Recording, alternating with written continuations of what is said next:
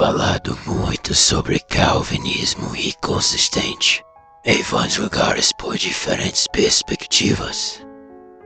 E gostaria de usar hoje como exemplo a você do que o calvinismo inconsistente pode levar uma pessoa a dizer. Mas primeiro, vamos tirar algo do caminho. Ao usar hoje como exemplo, eu não estou desafiando sua ortodoxia ou dedicação à escritura, ao cristianismo e ao calvinismo. De fato, precisamente porque sua ortodoxia está geralmente acima de questionamento, é que prefiro usá-la como exemplo. Você verá assim que o problema não aparece apenas entre heréticos malucos ou idiotas desastrados. Então, comecemos.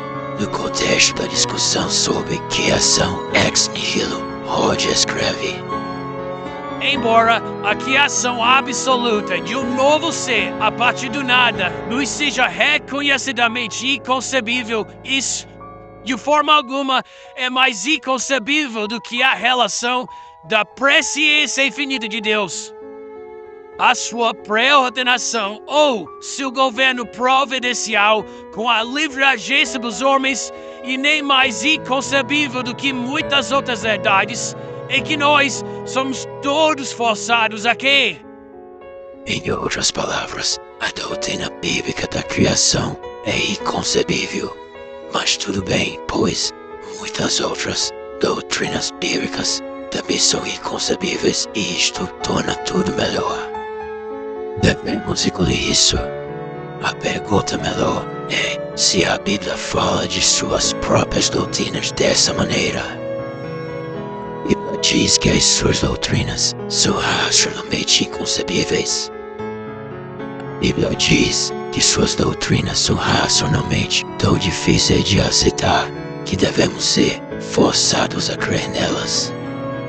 Se a nossa resposta é não, se a Bíblia não considera inconcebível suas próprias doutrinas e não diz que devemos ser forçados a crer nelas, nesse exemplo e em todos os demais em que fala dessa maneira, Rod não está retratando o que a Bíblia de fato ensina. Antes, ele está avaliando doutrinas bíblicas por um padrão antibíblico. Como o bíblico é incompatível com o antibíblico, é evidente que se Rod insiste em afirmar as duas coisas, a doutrina bíblica deve subitamente se tornar inconcebível, e certamente nós sentiremos como que forçados a crer nelas. Mas o problema está na própria mente de Rod e não no sistema bíblico de doutrinas. Os calvinistas falam como Rod. Parem, não é sinal de fé e reverência soar como lunático e então arrasta Deus para dentro disso.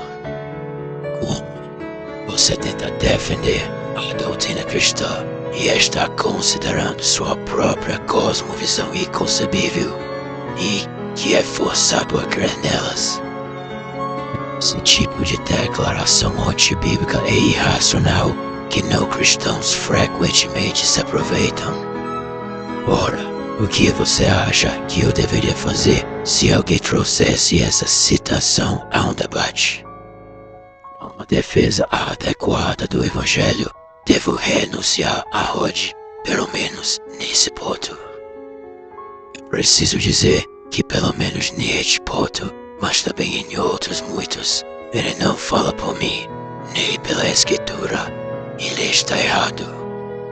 Em contraste, eu afirmo que apesar de não poderem ser compreendidas exaustivamente, pois a mente de Deus é infinitamente maior do que a nossa e, portanto, não podemos conhecer exaustivamente todo o seu conteúdo, todas as coisas que Deus revelou, todas as doutrinas bíblicas são concebíveis e inteligíveis, racionais, defensáveis e inegáveis.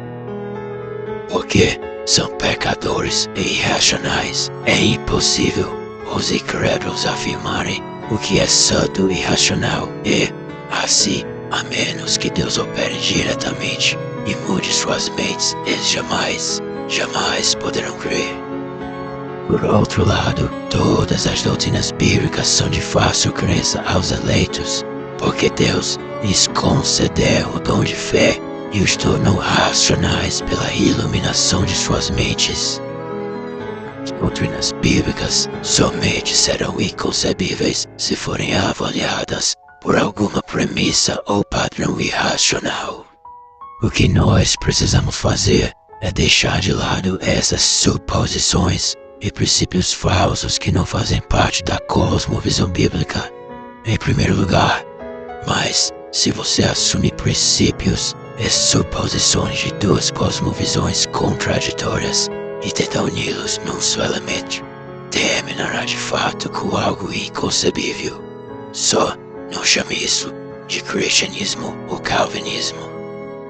Os erros e as inconsistências de Rod estão difundidos e são comuns à maior parte dos calvinistas que tenho lido, embora eu busque ler somente os melhores. Sim, trata-se de um problema sério e eu gostaria de oferecer mais exemplos para que você saiba do que você deve ter cautela ao estudar obras teológicas. Todavia, como já tenho em meus próprios escritos abordado todos os problemas presentes em Rod, pretendo oferecer apenas comentários bem sucintos para cada exemplo. Em alguns casos, apresentarei apenas a minha posição e seguirei adiante, para que o artigo não se estenda demais. A permissão do pecado em sua relação com a justiça e a bondade de Deus é um mistério insolúvel, e todas as tentativas de esclarecê-lo apenas obscurecem recomendações com palavras sem fundamento. É, contudo, privilégio de nossa fé saber, embora não de nossa filosofia, compreender que seguramente se trate de uma permissão muito sábia, justa e misericordiosa, e que ela haverá de repercutir para a glória de Deus e pelo bem de seus escolhidos. O pecado não ocorre simplesmente por mera permissão. Pecado não é um mistério insolúvel, pois a Escritura explica o pecado para nós. Sem ajuda, Rod já torna o assunto demasiadamente obscuro. Deus, dotado de infinita presciência e poder, existiu sozinho na eternidade. E no tempo, por sua própria motivação, começou a criar no vácuo absoluto. Quaisquer causas ou condições limitantes que subsequentemente haveriam de existir foram mortes de tudo intencionalmente trazidas à existência por ele, com perfeita presciência da natureza, das relações e dos resultados dessas causas ou condições. Se Deus então prevendo que se ele criasse um agente livre e o colocasse em certas relações, estes agiriam livremente de forma, e, quanto soubesse disso, optou seguir em frente para criar esse agente livre e colocá-lo precisamente nessas situações. Ao agir assim, estaria obviamente predeterminando a segura futuridade de ato previsto.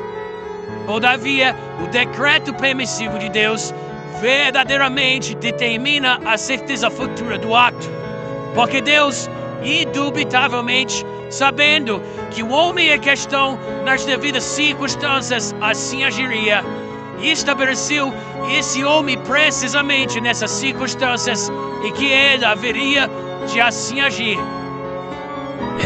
É exatamente assim que muitos arminianos e teístas abertos explicam a soberania de Deus.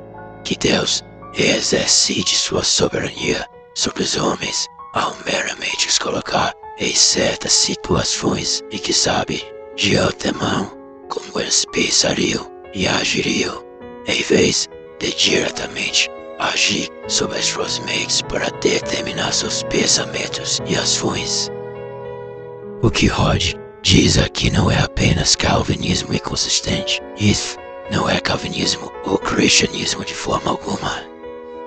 temos o fato claramente revelado que Deus decretou as ações livres dos homens e que, todavia, os agentes seriam ainda assim responsáveis e, consequentemente, ainda livres de suas ações.